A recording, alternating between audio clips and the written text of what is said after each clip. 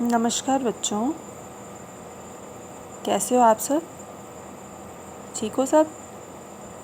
अब जैसे कि हमारी यूटी जो है ख़त्म हो चुके हैं, तो हम अपना नया सिलेबस जो है पार्ट 4 से दुनिया सबकी से शुरू करेंगे।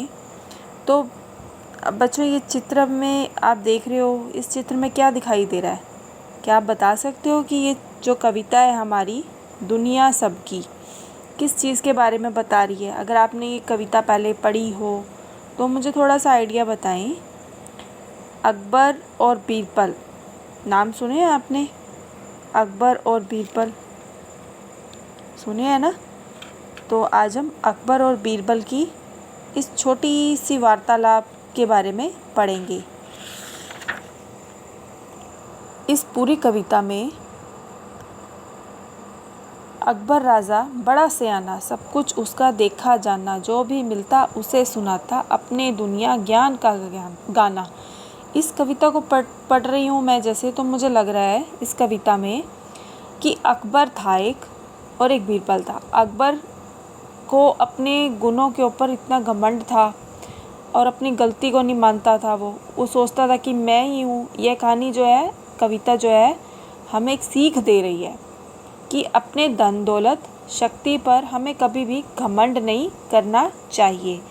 इन सभी चीज़ों ने तो यहीं रह जाना है, लेकिन हमें एक दिन नष्ट तो होना ही है। इसलिए हमें परोपकारी बनना चाहिए, अच्छे अच्छे काम करने चाहिए। इस कविता को जैसे हम पढ़ते जाएंगे तो लास्ट में जो एक अकबर है, उसे पता चलता है कि जब उसे पता लगता है कि हाँ गलती है, तो अपनी गलती को स्वीकार करता है, उससे सीख लेता है।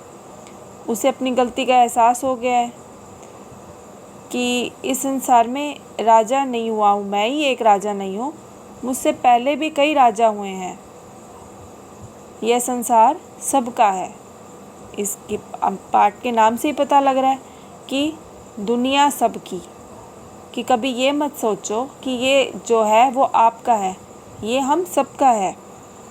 तो इस कविता में जो अकबर है, उसको अपने ऊपर इतना घमंड होता है कि किसी को कुछ भी समझता नहीं है वो। तो बीरबल जो है, उसे थोड़ा सा समझाने के लिए एक वेश बनाता है एक जोगी का और उसे सीख देता है। आपने इस कविता को पढ़ना है, बहुत इंटरेस्टिंग कविता है ये।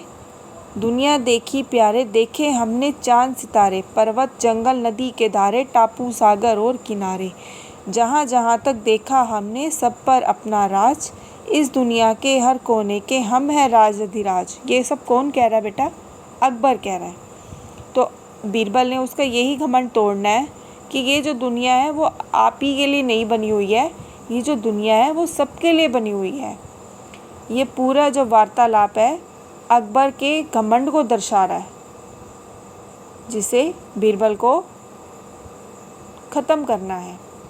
अहंकार क्या है? घमंड विनाश की एक जड़ है जो कुछ भी नहीं छोड़ती है हमारे पास।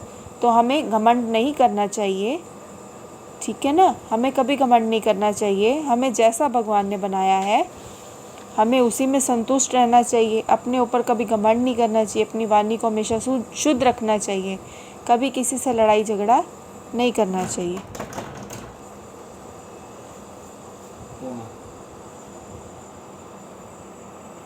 इस कविता में यही बताया गया है। तो आपने इस कविता को अच्छे से रीड करना है और इसके शब्द अर्थ आपको मैं एक कॉपी पर लिख कर दे रही हूँ, आपको वो लिखने हैं। थैंक यू सो मच बच्चों।